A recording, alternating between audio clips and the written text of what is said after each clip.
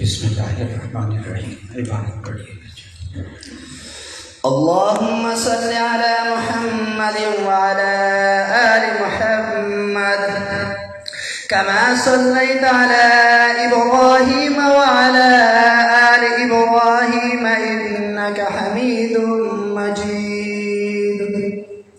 اللهم بارك على محمد وعلى آل محمد كما باركت على إبراهيم وعلى آل إبراهيم إنك حميد مجيد. بسم الله الرحمن الرحيم. باب قول الله ونزع الموازين القسط ليوم القيامة وأن أعمال بني آدم وقولهم توزن. وقال مجاهد القسطاس العدل بالرومية ويقال القسط مصدر المقسط وهو العادل وأما القاسط فهو الجائر. وبالسند المتصل منا إلى الإمام الحافظ الحجة الأمير المؤمنين في الحديث أبي عبد الله محمد بن إسماعيل البخاري رحمه الله تعالى قال حدثنا أحمد بن أشكاب قال حدثنا محمد بن فضيل عن عمارة بن القعقاع عن أبي زرعة عن أبي هريرة رضي الله تعالى عنهم قال قال النبي صلى الله عليه وسلم كلمتان حبيبتان إلى الرحمن خفيفتان على اللسان ثقيلتان في الميزان سبحان الله وبحمده سبحان الله العظيم. جزاک اللہ خیر. جزاک اللہ. یہ مائک مجھے دے دیجیے. اپنے ہاتھ میں میرے لیے سہولت ہے ذرا.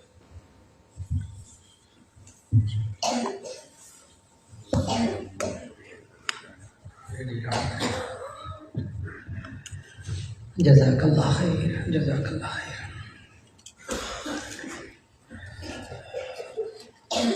الحمد لله نحمده ونستعينه ونستغفره ونؤمن به ونتوكل عليه ونعوذ بالله من شرور أنفسنا ومن سيئات أعمالنا. من يهده الله فلا مضل له ومن يضلله فلا هادي له. ونشهد أن لا إله إلا الله وحده لا شريك له. ونشهد أن سيدنا ومولانا محمدا عبده ورسوله صلى الله عليه وسلم. أما بعد فأعوذ بالله من الشيطان الرجيم. بسم الله الرحمن الرحيم. ما كان محمد أبا أحد من رجالكم ولكن رسول الله وخاتم النبيين وكان الله بكل شيء عليما. باب قول الله ونضع الموازين القسط ليوم القيامة. صدق الله العظيم. الحمدللہ. ابھی آپ حضرات کے سامنے فارغ التحصیل ہونے والے علماء میں سے ایک عالم نے بخاری شریف کے آخری باب کی اور آخری روایت کو پڑھا الحمدللہ. اور الحمدللہ اللہ تعالیٰ ان فارغ التحصیل ہونے والے علماء کو بھی مبارک فرمائے، ان کے اساتذہ کے لیے مبارک فرمائے، خاص طور پر ان کو حدیث پڑھانے والے اساتذہ کو اللہ جزائے خیر دے، بخاری شریف پڑھانے والے استاد محترم کو، شیخ محترم کو اللہ جزائے خیر عطا فرمائے، اور اس ادارے کو اللہ تعالیٰ خوب ترقی عطا فرمائے. عزیز طلبہ، سب سے پہلے سبق کے بارے میں اور عبارت کو حل کرتے ہوئے چند باتیں عرض ہوں گی، پھر اس کے بعد عوام کو اس میں سے جتنی باتیں سمجھ میں آ جائیں اس پر اللہ کا شکر ادا کریں، جو نہ سمجھ میں آئیں اس پر صبر کر لیں، اس پہ دونوں صورتوں میں اللہ تعالیٰ عوام کو اجر عطا فرمائے گا انشاءاللہ۔ امام بخاری رحمہ اللہ نے سب سے آخر میں کتاب التوحید رکھی، اور کتاب التوحید کا آخری باب آپ نے پڑھا، باب قول اللہ وَنَضَعُ الْمَوَازِينَ الْقِسْطَ لِيَوْمِ الْقِیامَہ۔ آپ کو یاد ہوگا عزیز طلبہ کہ بخاری شریف کی جو پہلی کتاب تھی وہ تھی کتاب الوحی، اور امام بخاری رحمہ اللہ نے جو پہلا باب قائم کیا تھا وہ تھا باب کیف کان بدء الوحی الی رسول اللہ صلی اللہ علیہ وسلم، اور اس میں پہلی حدیث لائے تھے انما الاعمال بالنیات۔ کتاب الوحی لے کر آئے، اور وحی کی آپ نے دو قسمیں بھی پڑھی، ایک وحی مطلوب اور ایک وحی غیر مطلوب۔ وحی مطلوب قرآن مجید اور وحی غیر مطلوب حدیث۔ اس سے ایک بات طے ہو گئی، عوام بھی ان باتوں کو تو کم از کم سمجھ لیں کہ قرآن بھی وحی الہی اور حدیث بھی وحی الہی، اس پر اجماع امت ہے۔ قرآن بھی وحی الہی اور حدیث بھی وحی الہی۔ اور آج لوگوں کا ایک سوال ہے، ہر باشعور انسان کا، کئی لوگ تو میں نے ایسے دیکھے جو بیچارے 5 وقت نماز بھی نہیں پڑھتے، لیکن جب اولاد کی، اپنی اولاد کی اور اپنے بچے اور بچیوں کی باری آئی تو مجھے کہنے لگے مولانا ہم اپنی اولاد کو گمراہی سے کیسے بچائیں؟ نماز نہیں پڑھتے ہیں مسلمان، عام طبقہ بس، یعنی وہ تک لوگ فکر مند ہیں، جب اپنی اولاد کی باری آئی نا تو کہنے لگے ہم گمراہی سے اپنے بچوں کو کیسے بچائیں۔ میں نے پہلے بھی عرض کر دیا آپ حضرات کو، جو بات سمجھ میں آ جائے اس پہ شکر کریں، نہ سمجھ میں آئے اس پہ صبر کر لیں۔ یہ علماء، یہ طلباء تو فوراً علماء کو پہلے سے معلوم ہے، طلباء کو سمجھ میں آ جائے گی انشاءاللہ۔ حقیقت یہ ہے کہ ہم اپنے بچوں کو، بچیوں کو، نئی نسل کو، خود اپنے آپ کو گمراہی سے کیسے بچا سکتے ہیں؟ صرف ایک جواب ہے، وحی الہی کے ذریعے، صرف ایک جواب ہے بس، وحی الہی کے ذریعے، اور کوئی راستہ نہیں ہے۔ وحی کتنی چیزیں عوام کو بھی سمجھ میں آ گیا، ساتھ ساتھ وحی 2 چیزیں، قرآن بھی وحی الہی، حدیث بھی وحی الہی۔ حدیث اسی کو آپ سنت بھی کہتے ہیں۔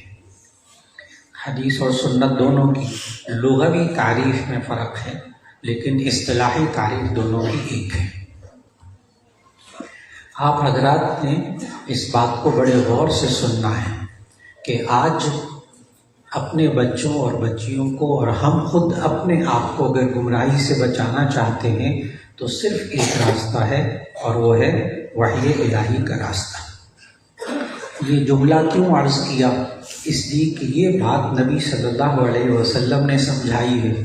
حدیث آپ نے پڑھی کہ ترکت فیکم امرین لن تضلوا بعدی ان تمسکتم بہما کتاب اللہ و سنت رسول۔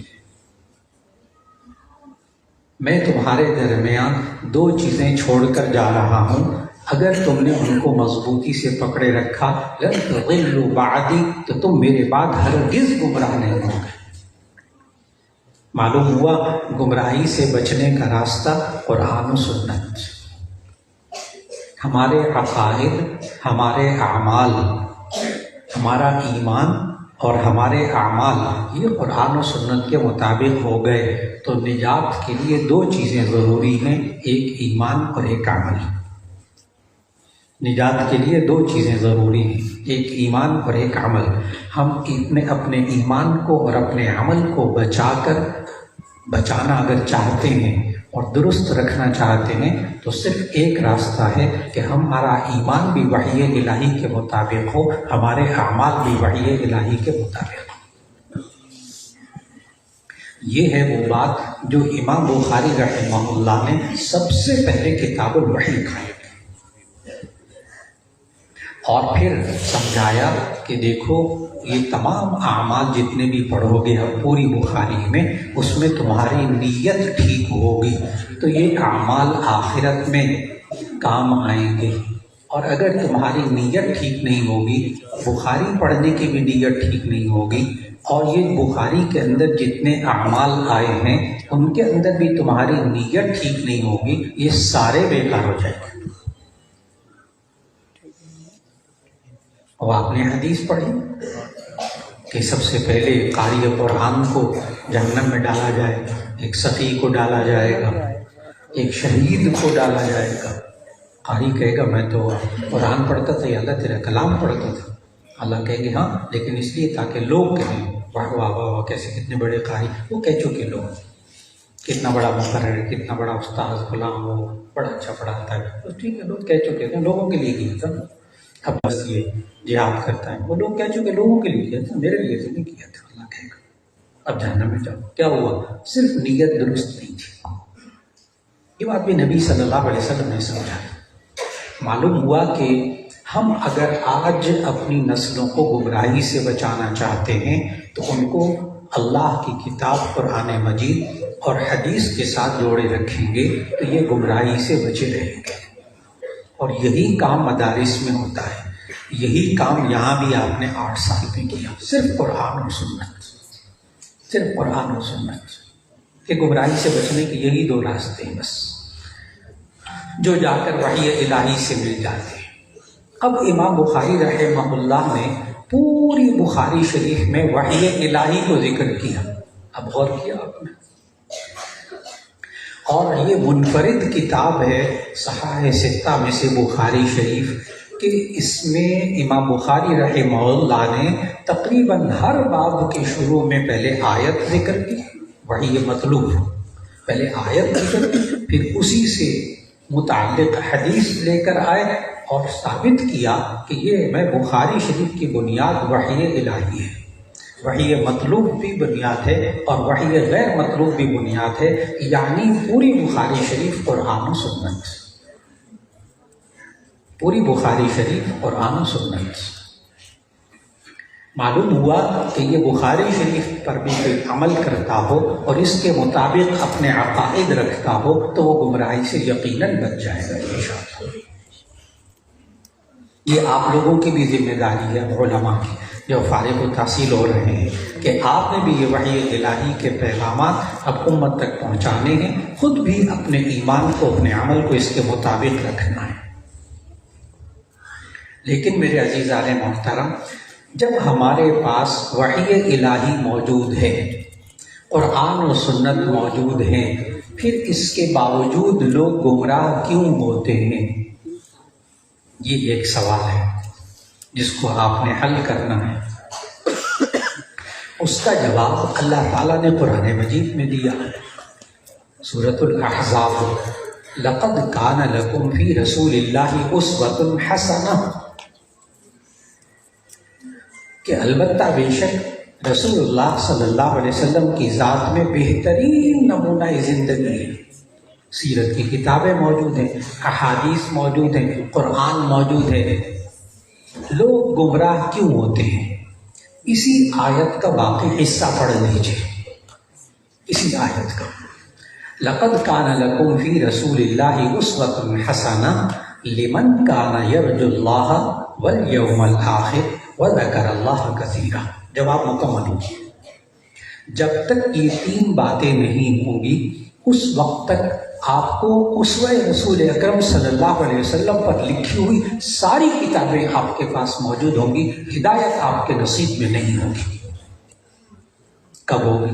نمبر 1، لمن کان یرجو اللہ، جو اللہ سے امید لگا کے رکھے، اللہ سے تعلق ہی نہیں رکھا، تو خالی کتابیں پڑھنے سے تو کچھ نہیں ہوگا، اسے تو کچھ نہیں ہوگا۔ میں نے کہا کتابوں میں سارا اسوہ حسنہ موجود ہے، بخاری شریف موجود ہے، قرآن موجود ہے، کیوں لوگ گمراہ ہوتے ہیں؟ نمبر 1، اللہ سے امید لگا کر نہیں رکھتے، اللہ سے مایوسی میں رکھتے ہیں۔ اللہ نے منع کیا لا تقنطوا من رحمت اللہ، اللہ کی رحمت سے مایوس مت ہو، اللہ کی رحمت سے مایوس مت ہو۔ تو آپ اپنے اندر کبھی مایوسی نہ آنے دیں، دنیا سے مایوس ہو